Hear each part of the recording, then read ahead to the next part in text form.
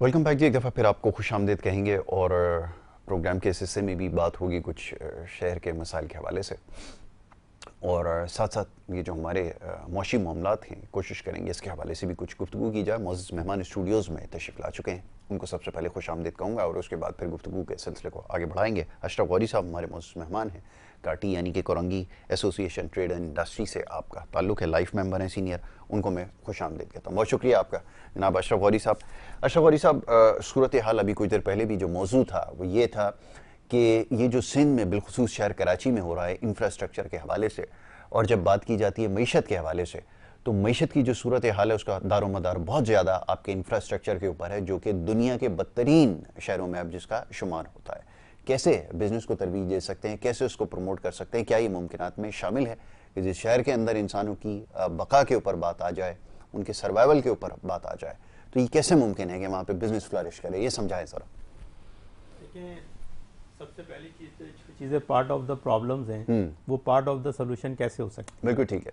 ठीक है ना, आप सिस्टम में 20 साल से आप एक ही सिस्टम को चला रहे हैं, उसको रिपीट कर रहे हैं, वही लोग दोबारा आते हैं, फिर वही करप्शन। अब हालिया बारिशों की मिसाल ले लें आप जी, सड़कें बह जाती हैं। अब एक टेंडर जो मिलता है 50 करोड़ का एक टेंडर है, इसमें 50 लोग शामिल होते हैं। बिल्कुल ठीक है। ठीक है, काम करने वाले 4 लोग हैं और बाकी 46 आपको पता है वो क्यों कैसे शामिल होते हैं। अब मुझे ये बताएं कि जब वो सड़क बह जाएगी उसकी अकाउंटेबिलिटी कैसे होगी, क्योंकि ओवरऑल जितने लोग हैं सारे ही करप्ट हैं ना।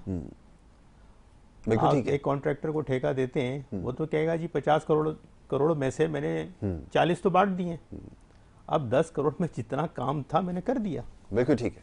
अब क्या होगा, फिर फर्दर बजट का वेट करेंगे आप, फिर पैसे आएंगे।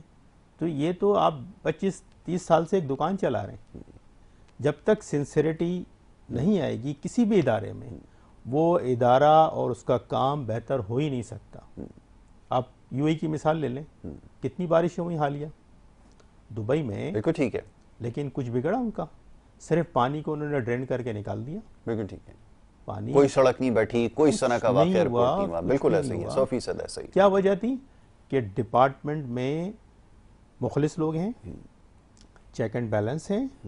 अच्छा, हमारे यहाँ जो चेक एंड बैलेंस करने वाले लोग हैं वो कितने ट्रांसपेरेंट हैं, बिल्कुल ठीक है। कितने करप्ट हैं, हम सब जानते हैं। ये सिस्टम कैसे ठीक होगा। 25 साल पहले, 20 साल पहले, आई थिंक 2005 की बात कर लेते हैं, मुशर्रफ साहब का टाइम था जी, जी। और मुस्तफ़ा कमाल मेयर थे। मैं तारीफ नहीं कर रहा, मैं काम की बात काम की बात ठीक हो है ना, जो काम हुआ है आपने सब ने देखा। अब वो पूरा सिस्टम कोलैप्स हो गया। बात ये कि हम चीज़ तो बना देते हैं, उसको मेंटेन नहीं कर पाते, पैसा लगा देते हैं, इंफ्रास्ट्रक्चर बना देते हैं।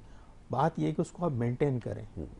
पूरी दुनिया के अंदर इन्वेस्टमेंट होने के बाद ऐसा नहीं है कि वो 5 साल में इन्वेस्टमेंट ख़त्म हो जाती है, फिर दूसरे बजट का इंतज़ार करें, फिर पैसे मिलेंगे, फिर टेंडर खुलेगा, फिर कॉन्ट्रैक्ट मिलेंगे, फिर हम पैसे कमाएंगे। तो हमारे यहाँ तो बेसिकली ये सिस्टम आप आप देखें ना, हम ट्रैवल करते हैं और हमें कितनी फ्रस्ट्रेशन होती है। अब जब हम कराची एयरपोर्ट से उतर के अपने घर आते हैं तो आप मोबाइल से बात नहीं कर सकते। बिल्कुल ऐसा ही है। कोई बाइक लगा के हमें साइड में खड़ा कर लेगा और आप मजा ले। अब किसी सिंगापुर, मलेशिया, ज़्यादा दूर नहीं जाएं, दुबई चले जाएं, तस्वुर नहीं किया जा हाँ, सकता। आप गाड़ी में सेल फोन छोड़ दें, पूरी रात पड़ा रहेगा, मजा ले कोई निकाल ले। ऐसा ही। ऐसे ही है ना। ये सिस्टम जब बेहतर होगा तो इकॉनमी स्टेबल होगी ना। अब यहाँ फॉरेन इन्वेस्टमेंट की आप बात करते हैं तो आप लॉ एंड ऑर्डर तो मेंटेन करें, बिल्कुल ठीक है। आप इंफ्रास्ट्रक्चर तो मेंटेन करें। आप मुझे बताएं, आप 20 साल से कौन सा गोरा यहाँ पर आता है? नहीं आता। एक टाइम ऐसा था, मैं खुद फ्रांस, बेल्जियम, पेरिस, यूएसए के जो सिटीजन हैं, जो फॉरेनर्स हैं, उनको लेके मैं शार फैसल पे घूमता था। आपने देखा है ना वो बिल्कुल टाइम। ठीक है। हमारे पीसी और शेरेटन, रामादा होटल भरे रहते थे, भरे रहते थे। फॉरेनर्स इतने आते थे। $100 बिलियन हमें मिलते थे और हमारा डॉलर 58 रुपीज़ का था। हर चीज़ अलाइन थी, लेकिन वो सिस्टम ख़त्म हो गया। बिल्कुल क्या ऐसा था कि जी वो डिक्टेटर था और ये था। अरे सर, आपने जमहूरियत के नाम पर आपने करा क्या है यहाँ पे इस मुल्क में? आप जमहूरियत बहुत का खूब। रोना करते हैं। जमहूरियत कोई कुरानी सहीफ़ा है? ये अहदीस है, ख़त्म होती है तो ख़त्म करें। बिल्कुल सही। आपके लिए अवाम है, आपके लिए पाकिस्तान है, पाकिस्तान की बका है, पाकिस्तान की इस्तेहकाम होना बहुत ज़रूरी है। आप मुझे बताएं, ग्रीन पासपोर्ट को पूरी दुनिया में कहाँ इज़्ज़त मिलती है? कहीं पे भी नहीं मिलती सर। कोई मुल्क ऐसा बता दें सिवाय इंडोनेशिया के, जो लिटरली बहुत आजिज़ी इनकिसारी वाले लोग हैं। वो सबके लिए है, सिर्फ हमारे लिए नहीं है, सबके लिए है वो। या ये उनका मोरल जी। लेवल इतना हाई है, बहुत आगे हैं इस मामले में, ठीक है ना, बिल्कुल ऐसा वो ही है। रिस्पेक्ट देते हैं। वरना आप मुझे बताएं पूरी दुनिया में जो बेगर्स पकड़े जाते हैं जिसमें 90%, 70%, 80% बल्कि पाकिस्तानी होते हैं। जी। क्यों है इसकी वजह? इसकी वजह ये है कि हमारा सिस्टम ख़राब है, हमारे लोग ख़राब है, हमारे हुक्मरान ख़राब है। जी। 25 साल से आप एक ही चीज़ को रिपीट करे जा रहे हैं, उसी प्रॉब्लम्स वाले लोगों को उसमें आप सोल्यूशन ढूंढने की कोशिश कर रहे हैं। तो कैसे मसले का हल होगा? हाँ, आप बाहर से लोग लेकर आए, पाकिस्तानी बाहर जो बैठे हैं, जो चले गए। परवेज़ मुशर्रफ ने, स्टेट बैंक की गवर्नर साहिबा थी उस ज़माने में, शमशाद अख्तर की बात करें ना, उनको लेकर आए, बहुत काबिल थी वो, उनको लेकर आए। शौकत अजीज़ को फाइनेंस मिनिस्टर बनाया, अब यूएसए में थे, सिटी बैंक में होते थे, उन्होंने कहा आप आएँ इकॉनमी को ठीक करें। ऐसे काम अच्छे हुए हैं। जी। जी। आप मुझे बताएं कि 58 का डॉलर और आज 285 का डॉलर, महंगाई की शरह कहाँ जाएगी? बिल्कुल ऐसा ही। कितने फीसद महंगाई बढ़ी? फिर मौजूदा अदवार आए, पीटीआई का टाइम आया, उसमें 182 का डॉलर था। अगर आपने अच्छे काम किए तो आज 285 का डॉलर कैसे हो गया? भाई रिवर्स होना चाहिए ना, 182 से आप 100 पे आते तो ठीक है जी, बैड लक, क्लैपिंग होनी चाहिए, आपने वेल डन। क्या करा है आपने? आप तो 43,000 अरब रुपए का जो कर्जा था आज उसको 74 पे लेकर चले गए। 74,000 अरब रुपए का मुल्क को कर्जदार करा दिया। पहले 1 करोड़ आदमी गुर्बत की लकीर के नीचे थे, आज 3 करोड़ हो गए। तो आप देखें ना, ये जो सर्कल है ना, ये बड़ा श्रिंक होता जा रहा है। बिल्कुल ठीक है। एट द एंड क्या होगा? बिजली मुल्क में नहीं है, सही है, सैलाबी, आप देखें सैलाब की सूरत हाल, सैलाब इंडस्ट्री बन चुकी है, सैलाब इंडस्ट्री का सैलाब इंडस्ट्री है।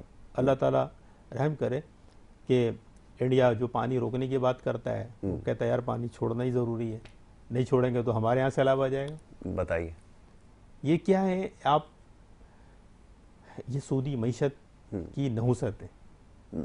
आप इस सिस्टम से बाहर आना ही नहीं चाहते। बिल्कुल ऐसा ही।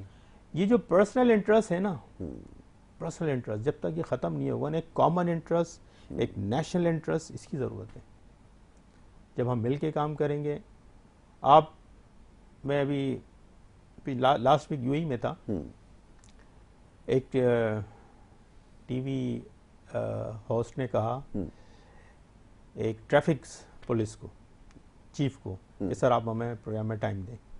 तो उसने कहा कि अभी एक्चुअली जो है मसला ये है, ट्रैफिक की जो इंफ्रास्ट्रक्चर है ना, हमारा रोड बन रहे हैं, तो I am too much busy, मैं पहले अपने सेटअप को, अपने काम को देख लूं, जो मेरा स्पेयर टाइम होगा आई विल गिव यू। बिल्कुल ठीक है। उसने कहा मेरी प्रायोरिटी, मेरा इंटरव्यू नहीं है, मेरी प्रायोरिटी। तो हमारी जो प्रायोरिटीज़ क्या होती हैं, ये हमें देखना है ना। हर इदारे में आप मुझे यासिर साहब बताएं, आप 8-9 साल से सीनियर जर्नलिस्ट हैं, इतने इंटरव्यूज़ करें, मेरे से ज़्यादा आपको नॉलेज है, कोई एक ऐसा इदारा बता दें, आप मुझे कहते हैं जी वारी साहब ये मॉडल है सिंध का, पंजाब का, इसमें करप्शन नहीं है, कोई एक बता सकते हैं आप? कोई नहीं है मेरे पास, ऐसी मिसाल कोई नहीं है ना, कोई भी एग्जाम्पल नहीं है। कोई ऐसी मिसाली इदारा हो या उसकी कारकर्दगी या कोई फ़र्द वाहिद ऐसा हो जिसको मैं कहूँ कि जी ये थी, आप इसको मिसाल बनाएं? कोई नहीं है सर। क्लर्क से लेके ऑफिसर्स तक सारे करप्ट हैं। 5,000 से क्लर्क शुरू होता है, 5 लाख पे अफसर ख़त्म होता है। ऐसा ही है ना? ऐसा ही। ये अपने एक्सपीरियंस की बात बता। बिल्कुल ऐसा ही। ऐसे लोग मीडिया पे बैठ के नहीं कहते कि जी मैं फाइल के नीचे बिल लगा देता हूँ, प्रैक्टिकली बिल्कुल ऐसा ही। और कोई उनको चैलेंज नहीं कर सकता कि जी आपने गलत बात बोली, क्योंकि लोगों को पता यह है सिस्टम है, बोलने वाला बोल नहीं सकता। क्योंकि मैं एक एज ए इंडस्ट्री को रिप्रेजेंट करता हूँ, हम ये चीज़ें फेस करते हैं। कोई चीज़ अगर पाकिस्तान में नहीं बनती, हम उसको मजबूरन इंपोर्ट करते हैं। ठीक है सर, इंडस्ट्री की नीड है ना, एक प्रोडक्शन करनी है, आपके पास वो रॉ मटेरियल नहीं है, आपने बाहर से इंपोर्ट करना है, तो उस इंपोर्ट से लेकर कस्टम बेतहाशा करप्शन, ठीक है, आजकल एफबीआर को देख लेना, एफबीआर को तो थानेदार बना दिया है। बिल्कुल ऐसे ही। ये एक मुझे बताएं, एक बिजनेसमैन की ये रिस्पेक्ट होती है कि एक एफबीआर का अफसर आके आपके बुक्स ऑफ अकाउंट्स लेके चला जाए और कहे जी अब दफ्तर आ जाना आप मेरे। क्या है? आप मलेशिया सिंगापुर में चले जाएं, सर आपको चेयर देंगे कि आपको आने की जरूरत ही नहीं थी जी, हमें आना था आपके पास, क्योंकि उनको पता है कोई भी रियासत बिजनेस कम्युनिटी के बगैर नहीं चल सकती। आप उनको रिस्पेक्ट देने के चाहिए, प्रोटोकॉल देना चाहिए, आप उनको बेसिक नीड्स देनी चाहिए, आप उनको सिक्योरिटी दें। आप कहते हैं कि जी ये बिजनेस कम्युनिटी को आप डाकू समझते हैं, चोर समझते हैं। आपने टैक्स, डायरेक्ट और इनडायरेक्ट टैक्स आपने लगा दिए।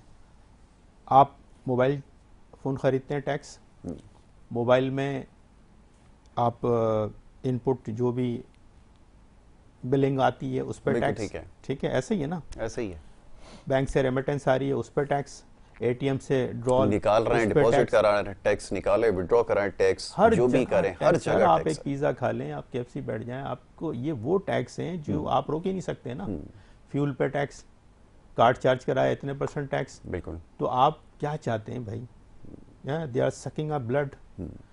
आप कितना नेट कह रहे जी हम टैक्स नेट में लाएंगे, सर आपका वो जो टैक्स नेट है ना वो एक दिन खत्म ही कर देंगे इस मुल्क को। आप बिल्कुल ऐसा नहीं करें। आप अपने इदारों में आप अपनी जो शाहाना खर्चे हैं इसको खत्म करें। ये नहीं हो सकता। ये बताइए कि क्या ये अभी भी, मैं अब तो ये सवाल कर रहा हूँ, हर शख्स से उसकी राय जानने की कोशिश कर रहा हूँ। मैं हमेशा अपने प्रोग्राम में ये बात करता हूँ कि वो वक्त बहुत पहले गुजार चुके हैं हम। अब जो तबाही है ना, अब आप उसके असरात देखते जाइए और इस सिलसिले को कम कैसे कर सकते हैं, सिर्फ ये बताइए। ठीक, आप नहीं कर सकते क्योंकि आपने जिन चीज़ों की निशानदेही की है ना, ये मामला इस हद तक बिगड़ चुका है कि जब 4th स्टेज आ जाती है ना कैंसर की, उसके बाद फिर सिर्फ डॉक्टर भी हाथ ऊपर कर देते हैं। आप उस स्टेज तक पहुंच चुके हैं और इसको तस्लीम करने से क्यों घबराते हैं? क्यों नहीं मानते ये बात कि हमने उस मरीज को आखिरी स्टेज तक पहुंचा दिया है, अब वापसी का कोई रास्ता नहीं है?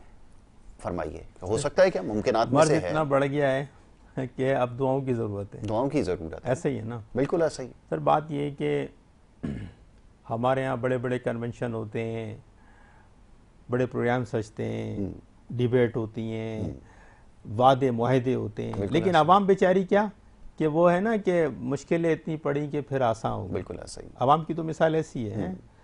अब आपने हमारे प्राइम मिनिस्टर की ले लें, हमारे सीएम साहब ले लें, बड़े बड़े प्रोजेक्ट लॉन्च करते हैं कि गरीबों को ये फंड, वो फंड, फला चीज़, सब चीज़ें, सारे वादे, खोखले नारे, एवरीथिंग, ठीक है। ये सारे पर्सनल इंटरेस्ट हैं। अभी इलेक्शन की मुहिम चलाते हैं आप, फिर कितने वादे मुआहदे होंगे? ऐसा ही है। देखिए जी, हमारे यहाँ सबसे बड़ा प्रॉब्लम है एजुकेशन का जी। लिटरेसी रेट हमारे यहाँ जो है ना 20% है, 80% जो है ना इग्नोरेंस है। बिल्कुल ठीक है। ऐसे ही है ना? ऐसे ही, जब तक आप एजुकेशनली इस आवाम को अवेयर नहीं करेंगे उस वक्त तक ये मुल्क तरक्की कभी नहीं करेगा। जिसको यही नहीं पता कि सर एक बिरयानी प्लेट पर अब मैंने वोट दे रहा हूँ, ऐसे ही है ना? ऐसे ही, मतलब भेड़ चाल है। ये सिस्टम को आप खत्म, आप एजुकेशन का बजट आप तो देखें ना, सीएम साहब इतनी सारी मिनिस्ट्रीज लेके बैठे हुए, ठीक है, पूरे सिंध की जमीन उनके हाथ में, board of revenue ji, land mafia खुलेआम आज़ाद, जहाँ चाहते हैं हाउसिंग स्कीम बना देते हैं। बिल्कुल ठीक है, ठीक है। एग्रीकल्चर लैंड को आप उसमें कन्वर्ट कर दें, हाउसिंग स्कीम बन गई, वहाँ बेसिक चीज़ें ही नहीं है, ना पानी बिजली, ये वो। क्या होता है, जो लीगल सोसाइटी है वहाँ से कनेक्शन दे देते हैं आप, सिस्टम को आप कोलैप्स कर रहे हैं। ऐसा ही डिपार्टमेंट में आप पैसे दे के बंदा खरीद लेते हैं, बहुत ज़्यादा, उसको प्लॉट दे दिया आपने, उसने आपको कनेक्शन दे दिया, कोई पूछने वाला नहीं है। लेकिन आप जिन्होंने इन्वेस्टमेंट करी है, जो लोग लीगल हैं, जो जिनके पास एक राइट मनी है, उनका क्या कसूर है? अभी जो लोड शेडिंग पे जो लोग हैं, जो बिजली चोरी नहीं कर रहे हैं, उनका क्या कसूर है? बिल्कुल ठीक। वो क्यों सर्वाइव करें? सिस्टम तो आपने बिगाड़ा है ना। अब आपने जैसे कहा कि जी सिस्टम जो है वो इतने यानी कि मायूस हो चुके हैं कि सिस्टम ठीक नहीं हो सकता, हम कम कर सकते हैं इसको। सर कम करने के लिए फिर यही है, जैसे अभी फील्ड मार्शल साहब ने बड़ी अच्छी बात कही कि इतना बड़ा मुल्क है, इसको डिवीजन के अंदर एडमिनिस्ट्रेटिव लेवल पर कंट्रोल किया जाए। बिल्कुल ठीक। जैसे उन्होंने टाउन्स बनाए थे, ये बड़ी अच्छी तजवीज़ ये है। प्लानिंग सबसे अच्छी सजेशन इस वक्त यही है कि इसको मजीद तरह हिस्सों में किया जाए बांट कर काम बहुत सारे लोगों के जिम्मे दिया जाए, टीम बढ़ाई जाए। जी अब ऐसे लोग जो पार्लियामेंट में बैठे हैं जिनसे हम उकता गए, जिनको हम देखना भी नहीं चाहते हैं, इनको हटाएं, इनको रिमूव करें, अच्छे लोग लेकर आएं, और जो लोग हैं भाई वो अपनी इस्लाह करें। कितने दिन की जिंदगी है। मतलब आप ये देखिए कि इस वक्त आधा मुल्क पानी में डूबा हुआ है और मामला क्या ज़ेर बहस आ रहा है कि तनख्वाहों में इजाफा कितना किया जाए। वो एक दूसरे को ब्लेम करना कि जी ये फला सूबाई गवर्नमेंट की नाअहली है। पिछले दिनों एक फैमिली डूबी थी जिसके लिए हेलीकॉप्टर अवेलेबल नहीं था, आपको पता था। कितना, यानी कि एक जानवर को बाहर निकाल लेते हैं। आप देखें ना, एक डॉग, एक कैट का बच्चा भी उसके लिए हेलीकॉप्टर उतार लेते हैं। तो इंसान की जो ज़िंदगी है तो बड़ी नायाब चीज़ है। हमारे यहाँ तो कोई सिस्टम नहीं है। और अलमिया यह है कि हम पूरा टैक्स देते हैं हमारी कमाई पर। आप डेलीगेशन, जापान से डेलीगेशन आता है, वो 2 आदमी लाते हैं, आप 200 आदमी खड़े करते हैं। कितनी शर्म की बात है। बिल्कुल। और वो खुद हैरान होते हैं, यार इनके पास इतना फजूल टाइम है, इतना पैसा है, वो 2 हैं, आप 200 लेकर आ रहे हो। बताएं, ये आप लोगों को क्या बताना चाहते हैं। कर्जों में डूबे हमारे शाना खर्च जो है ख़त्म नहीं होके दे रहे हैं। एक प्रोटोकॉल मलेशिया में मैंने मिनिस्टर के साथ नमाज पढ़ी है मस्जिद में, सलाम फेरते हमने हाथ मिला लिया। कोई प्रोटोकॉल नहीं, कोई सिक्योरिटी नहीं, छतरी थी बस, बाहर बारिश थी, छतरी में घर चले गए। ये वो लोग हैं जिन्होंने सबसे पहले अपनी एजुकेशन को, आज गूगल का, माइक्रोसॉफ्ट का हेड ऑफिस वहाँ बने हुए। बिल्कुल ऐसा ही है। पहले उन्होंने क्या करा कि अपने लोगों को एजुकेट करो आप। देखें, एजुकेशन वेरी इंपॉर्टेंट। अल्लाह पाक ने इक़रा बिस्मि रब्बिकल लज़ी खलक़, जिस कौम पर पहली वही पढ़, वही कौम नहीं पढ़ रही, तो इंतहाई दर्जे की पस्ती में चले जाएंगे। देखिए, गुर्बत बुरी चीज़ नहीं है, जहालत बुरी चीज़ है। और गुर्बत आती कब से, जब जाहिल होता आदमी। और ये लोग सिस्टम को, लोगों को एजुकेट करना ही नहीं चाहते सर। जिस दिन एजुकेशनली लोग अवेयर हो गए, आप बिलीव करें, ये पाकिस्तान जापान बन जाएगा। नहीं, एक बात मुझे बताएं ना, ये कैसे मुमकिन होगा? एजुकेशन पे कैसे काम करेंगे जब वो इस सिस्टम के बेनिफिशरी हैं? जब ये पूरी सोसाइटी, ये पूरा मुल्क अगर ऐसा ही रहेगा, जो कोई तब्दीली के नाम पे चल पड़ता है, कोई रोटी कपड़ा मकान के नारे पे चल पड़ता है, अगर एजुकेशन होती वाक़तन, तो ये सारे लोग इनके पीछे नहीं जाते, तो तय है ना। सही है। तो फिर ये तो सिस्टम के बेनिफिशरी हुए ना, तो ये सब कुछ कर सकते हैं। मैं मान लूंगा ये आगे जाके इंफ्रास्ट्रक्चर भी बना देंगे, सब कुछ कर देंगे, लेकिन जो चीज़ नहीं करेंगे वो है एजुकेशन। कभी काम नहीं करेंगे, फिर क्या करें? एजुकेशन नहीं होगी तो सर कुछ भी नहीं होगा। वो नहीं कर सकते, ये करना नहीं चाहते। मैंने एक वजीर की यहाँ पे स्टेटमेंट सुनी है इधर ही पार्लियामेंट के अंदर पिछले सालों में। वो कहता है ये यूनिवर्सिटी बनने नहीं दूंगा, चाहे मेरी लाश पे से गुजरना पड़े। ये उसके अल्फाज से फ्लोर ऑफ द हाउस। अब अंदाजा लगाएं कि कितने सख्त मुखालिफ है। से गुजरना पड़ेगा, कभी यूनिवर्सिटी के ऊपर लाश पे से गुजरना पड़ेगा। नहीं, डैम पे फिर भी ये मान जाएंगे, लेकिन यूनिवर्सिटी पे कभी नहीं मानेंगे। ये इनसे पूछे भाई वजह क्या है, इनके कॉज क्या है, क्यों नहीं होगा ऐसा, पूछे ना, रीजन क्या है। जी, लोग पढ़ जाएंगे, उनको शऊर आ जाएगा किसको वोट देना चाहिए और किसको नहीं देना चाहिए। लोग आवाज़ उठाएंगे। और देखें सर, बात ये, आवाम जो है ना हमारी, वो ये एक बात कहती है कि इब्ने मरियम हुआ करे कोई, मेरे दर्द की दवा करे कोई। मुझे जो तकलीफ है, अच्छा हमारे यहाँ की आवाम भी जो है ना बड़ी कॉम्प्रोमाइजिंग है। पेट्रोल अभी 265 का है ना, अभी 260 का हो जाए सर, नीचे आ गया, बड़ा कमाल हो गया, बड़ा कमाल हो गया। अब वो एकदम उसको 280 पे ले जाएंगे ना, ऐसा ही है। थोड़ा सा शोर शराबा करेगी फिर बैठ जाएगी। मतलब जैसे हुक्मरान वैसे आवाम, ऐसे ही है ना। बिल्कुल ऐसा ही। खलीफा हारून रशीद से किसी ने कहा, बड़ा मशहूर मकूला है, आपको याद हो, कि आप उमर की तरह बने, हजरत उमर की तरह करें। तो उन्होंने कहा मेरी आवाम भी तो अबू हुरैरा बने। बिल्कुल ऐसे ही। पहले आवाम, आज देखें ना हमारे यहाँ किसी को भी इख्तिदार दे दो, ज्यादा नहीं, उसको इलाके का काउंसलर बना दें, सबसे फिर देखो उसकी करप्शन।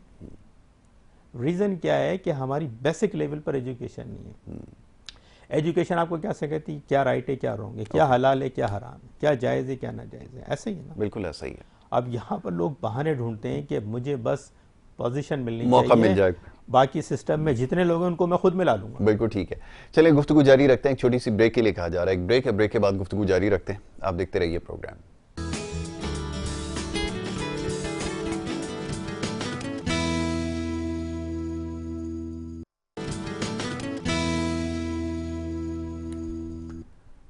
वेलकम बैक जी, एक दफ़ा फिर आपको खुश आमदीद कहेंगे। और ब्रेक पे जाने से पहले गुफ्तगू जारी थी, यही कुछ हालात हैं उसके ऊपर बात कर रहे थे, न सिर्फ शहर कराची के बल्कि पूरे मुल्क के जो उमूमी हालात हैं, मौशी सूरत हाल है, वो तमाम ही मामलात ऐसे हैं जो ज़ेर बहस आए हैं और कोशिश कर रहे हैं इसके हवाले से मज़ीद गुफ्तगू करें। मौजूद मेहमान तशरीफ़ फरमाए हैं जनाब अशरफ गौरी साहब, उनसे हम गुफ्तगू कर रहे थे। अशरफ साहब, अभी ये जो सूरत हाल है, आप एजुकेशन के हवाले से बात कर रहे थे, मैं आपकी बात से 100% मुत्तफ़िक़ हूँ कि अगर एजुकेशन होगी तो यकीनन फिर इस सूरत हाल का हमें सामना नहीं होगा, और चाहे जैसे भी लोग आपके ऊपर मुसल्लत हों, कहीं ना कहीं आप रास्ता बना ही लेंगे, कुछ इसमें से अच्छे लोग आगे आ ही जाएंगे।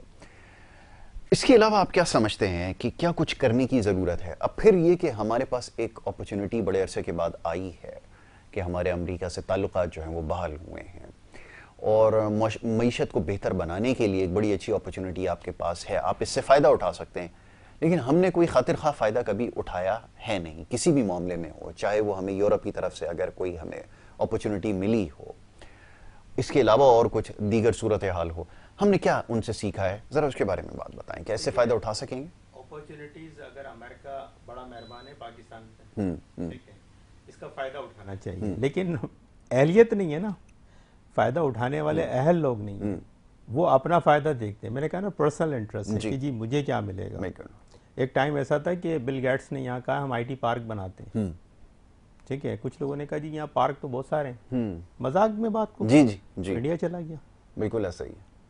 आप किसी अपॉर्चुनिटी को वेलकम करो, उसको अंडरस्टैंड करो कि पाकिस्तान का 100 साल का फ्यूचर है जी।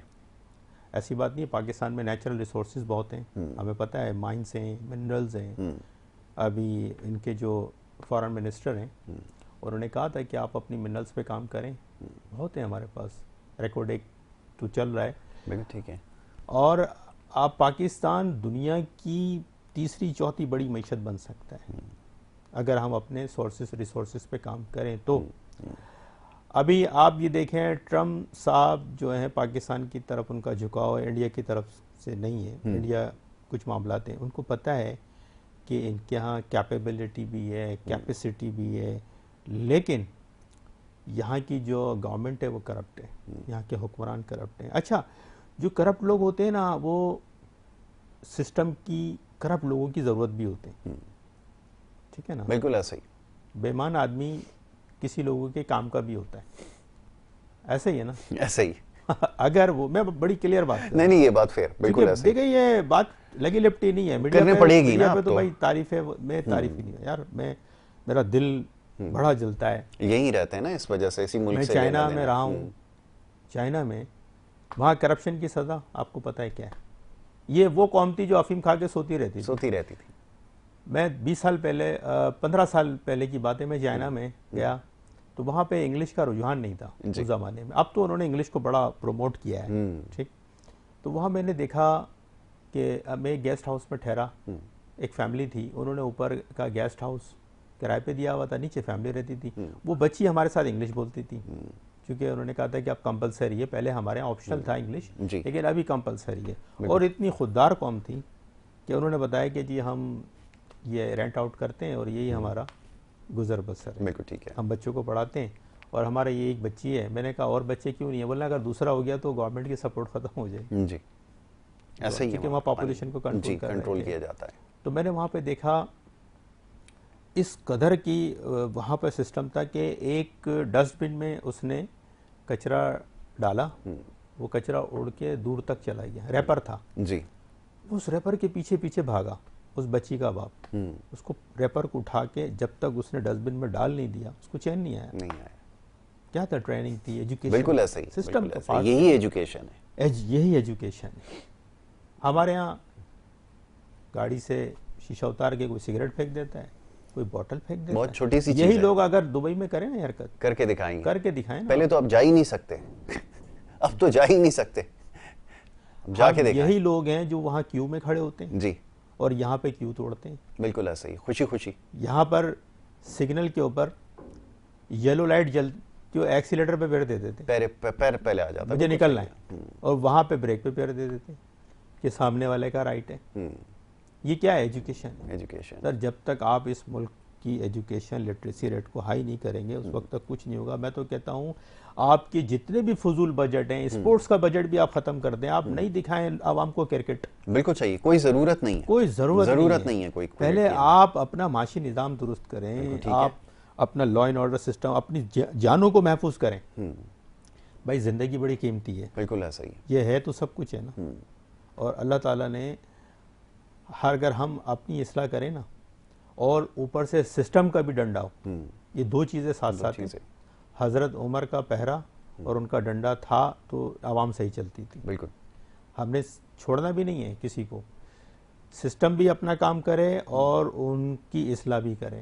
अब प्राइवेट स्कूल जितने भी हैं ये एक इंडस्ट्री बन चुकी है और आपके पास हज़ारों अरब रुपए का सरकारी बजट है और आप स्कूल की हालत देखें। आप उनके रहमो करम पे छोड़ दिया आपने, अपनी जिम्मेदारी पूरी नहीं की तो इंडस्ट्री बन गई। मैं तो कहता हूं कि आपकी जो सरकारी स्कूल हैं, जो गवर्नमेंट स्कूल्स हैं, उनकी एजुकेशन इतनी साउंड होनी चाहिए कि मेरिट के ऊपर ना वहाँ बच्चों को एडमिशन के लिए ख्वाहिशमंद हो, लाइन लगनी चाहिए, लाइन लगनी चाहिए। मैं सरकारी स्कूल में सिस्टम ऐसा बना लें कि जो प्राइवेट इंडस्ट्री है, जो एजुकेशनल कमर्शियल इंडस्ट्री बन चुकी है, वो ख़त्म हो जाए। और कब होगा? जब आप इसको डेवलप करेंगे। लेकिन क्या है, एक टाइम ऐसा था कि जो बैंक्स थे ना, ये नेशनल बैंक्स थे सारे, मतलब जब इनको प्राइवेटाइज किया आपने, कंपटीशन बढ़ गया, हर कोई एक दूसरे से आगे बढ़ने में। पीटीसीएल खत्म हुआ, आप लेकर आए, अब आप देखें विद इन अ मिनट आपको कनेक्शन मिल जाता है मोबाइल का। वरना एक टाइम ऐसा था कि 20 साल में आपको घर मुझे अच्छी तरह याद है, हम बड़े खुशनसीब लोग थे जिनका सबसे जल्दी फोन लगा था 11 साल में। सबसे जल्दी लगा था, यानी कि लोग हैरान थे उस वक्त कि इतनी जल्दी टेलीफोन आपका लग गया। इधर आपने दरखास्त दी और सिर्फ 11 साल में लग गया। यासिर साहब, ये सिस्टम की मैं आपको बताऊं, आपने कहा ना कि कैसे ठीक होगा, बहुत आसान एक एग्जाम्पल देता हूँ, एक छोटा सा वाक्य है। जरूर। एक बादशाह अपने वजीर के साथ बाहर निकला, जैसे बादशाहों का मिजाज था ना बाहर निकलने का, चलो आप तफरी करते हैं। तो उसने देखा कि बहुत सारे गधे ना लाइन से जा रहे हैं। वो बादशाह बड़ा हैरान हुआ, यार ये गधे लाइन से जा रहे हैं, यहाँ तो इंसान लाइन से नहीं जाते, आखिर वजह क्या है? वजीर से पूछता है, कहते यार इस गधे वाले को बुलाओ। इसको तो कहने लगे, यार आपको ना आपकी ज़रूरत है हमारे दरबार में। उसने कहा ठीक है, हम मेरी जो रियाया है ना और मेरे जो दरबार, मेरे जो पार्लियामेंट के लोग हैं ना, सीधे हो जाएं, कुछ ऐसा करो। बोले मैं सब कुछ ठीक कर दूंगा, लेकिन एक शर्त है। क्या शर्त है? शर्त यह है कि आप जो मैं डिसीजन लूंगा तो आप नहीं बोलेंगे, मेरे डिसीजन को ऑन किया जाएगा। मैंने कहा ठीक है जी, आप बोले साइन करके दे दें आप मुझे, ठीक है। बैठ जाता है दरबार में, वो एक केस आता है करप्शन का। कहता है जी क्या कहते हैं आप? उसने कहा जी इसका एक हाथ काट दो, लेफ्ट या राइट? उसने कहा लेफ्ट काट दो। तो एक वजीर आके कान में बोलता है, यार ये अपना आदमी है। तो बोलता है इसके 2 काट दो। बिल्कुल ठीक है, आप समझ रहे मेरी बात? बहुत अच्छी बात, बिल्कुल। इस सिस्टम की जरूरत है, तब तो सब कुछ ठीक हो जाएगा। देखिए हमने तो लाइफ गुजार दी, यार हमारी जनरेशन का क्या होगा? बिल्कुल सही, हमारे बच्चों को क्या होगा? यही होगा जो माजी में प्रैक्टिस हुई है। कनाडा अमेरिका एजुकेशन के लिए यूके चले जाएंगे, फिर वहाँ पीआर ले लेंगे, फिर वहाँ शादी कर लेंगे, फिर अपने पेरेंट्स को वहाँ बुला लेंगे, खत्म हो जाएगा। यही चलता आ रहा है, बिल्कुल यही चलता आ रहा है, बिल्कुल ऐसा ही यही हो रहा है। हाँ, ऐसा क्यों नहीं होता है कि यार वहाँ के लोग यहाँ आ जाएं, यहाँ सुकूनत इख्तियार कर लें। आपने कोई ऐसी अपॉर्चुनिटी बनाई हो, यहाँ के तालीमी इदारों में आ रहे हो।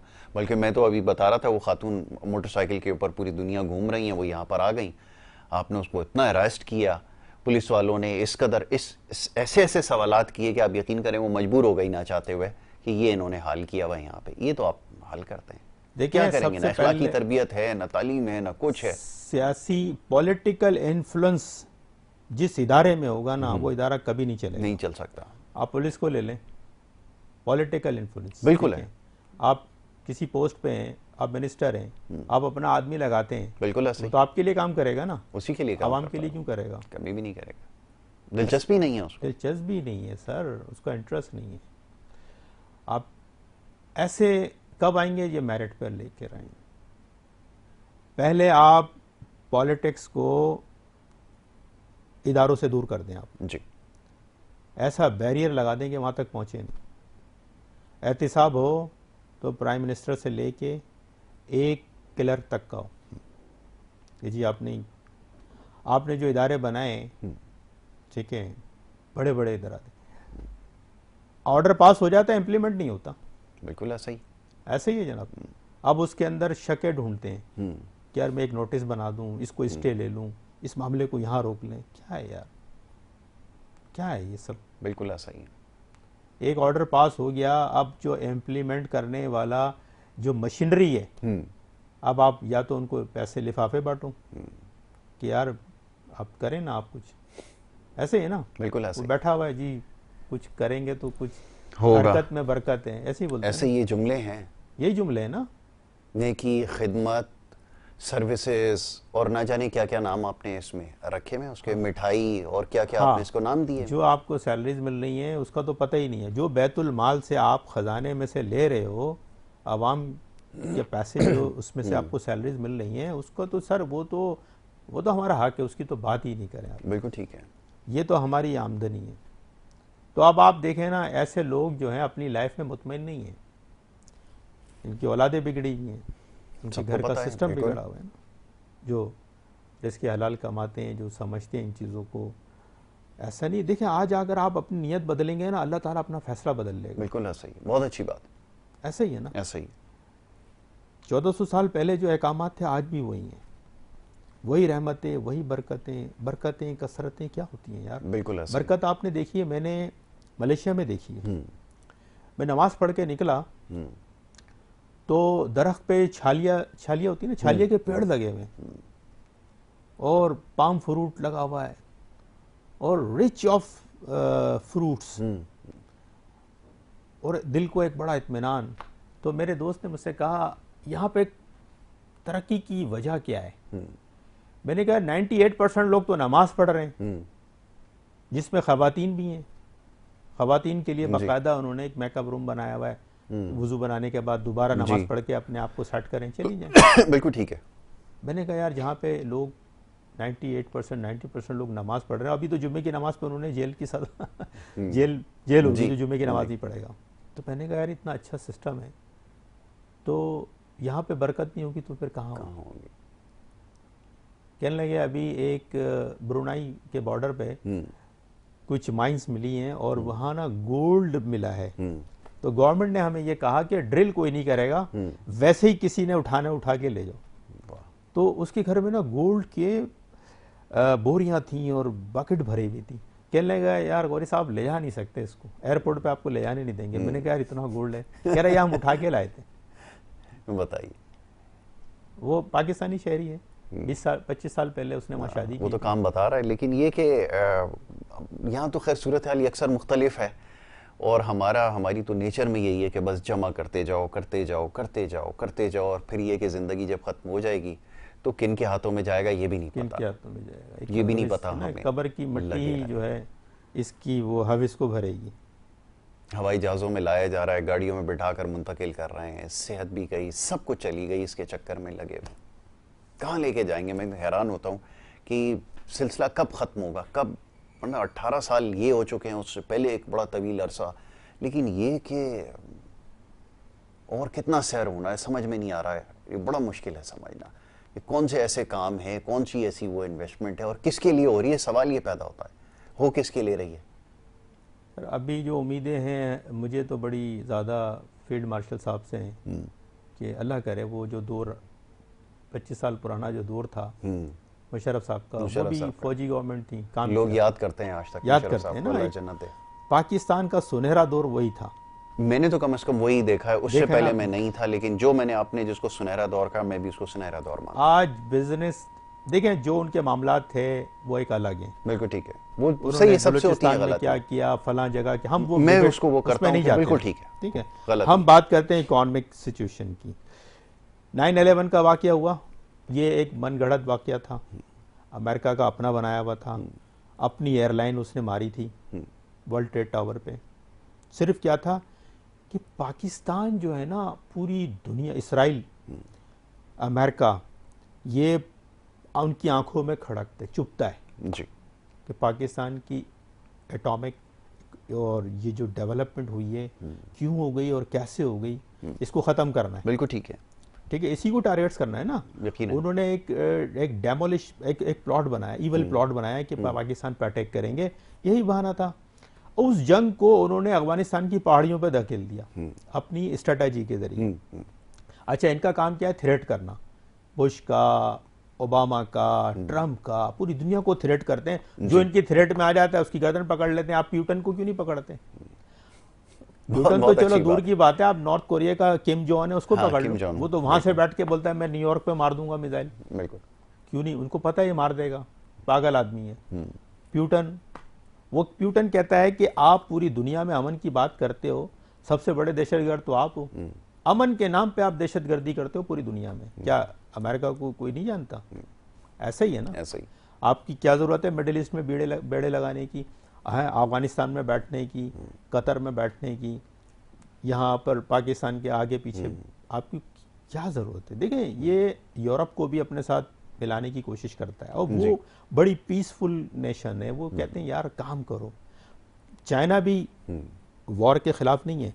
अमेरिका की जो इकॉनमी है वो वॉर बेस्ड इकॉनमी है। पूरी दुनिया में अगर एजिटेशन होगी तो अमेरिका की इकॉनमी स्टेबल होगी, वेपन बिकेगा ना, बेनिफिशियरी है उसके, बिल्कुल बेनिफिशियरी है ना। पूरी दुनिया में यूक्रेन कहाँ से असला खरीदता है? अमेरिका से। अमेरिका की इकॉनमी चल रही है। अच्छा, इंडिया पाकिस्तान की वॉर में इन्होंने जब देखा कि पाकिस्तान विन विन सिचुएशन में, फौरन सीज फायर। इधर ईरान ने कतर पे एक मिसाइल मारा, सीज फायर। क्या था? उन्होंने कहा यार ये जो कांच के बर्तन हमने बनाए, ये जो बुर्ज खलीफा, ये सब तहस नहस हो जाएगा और ईरान नहीं छोड़ेगा।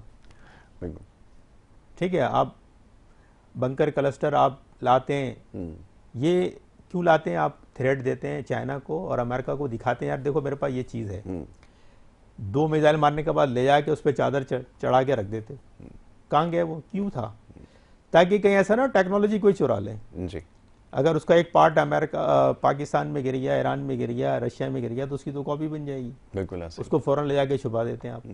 ये जो ड्रामा इन्होंने करा है, ईरान और इसराइल की जो जंग थी, इसमें अमेरिका का जो रोल था, पहले इन्होंने पाकिस्तान और इंडिया की वॉर थी, जब देखे जी राफेल गिरना शुरू हो गए, तो ये चीज़ें देखी ना। आप कह रहे हैं कि ना पाकिस्तान को आसमानों का बादशाह, स्काइज ऑफ किंग, वैसे तो अल्लाह की ज़ात है बेशक है, लेकिन पाकिस्तान का डिफेंस सिस्टम, एयरफोर्स सिस्टम जब देखा दुनिया के ताकतवर तरीन में से एक है, तो उन्होंने क्या कहा? Modi my friends, you have lost the war, stop it. ऐसे ही था ना ट्रम्प के, यही तो है ना कि भाई अभी खामोश हो जा, तू हार गया। बिल्कुल ठीक है अशरफ भाई, वक्त मेरे पास खत्म हो गया। गुफ्तगू ऐसी है कि इसके ऊपर इंशाल्लाह फिर बात होती रहेगी। सब्जेक्ट ऐसा है कि इस पर मजीद बात की जा सकती है। मैं आपका बड़ा शुक्रगुजार हूँ, आप प्रोग्राम में तशरीफ़ लाए और यहाँ पर आकर मुख्तलिफ हवालों से, खासतौर पर मुल्की मौशी सूरत हाल के हवाले से हमने गुफ्तगू की है। और जनाब यहाँ पर सेगमेंट हमारा अपने अख्ताम को पहुँचता है और साथ साथ प्रोग्राम का वक्त भी अपने अख्ताम को पहुँचा। कल इंशाल्लाह आपसे मुलाकात होगी। मोहम्मद यासिर और हमारी टीम को इजाज़त दें। अल्लाह के बाद।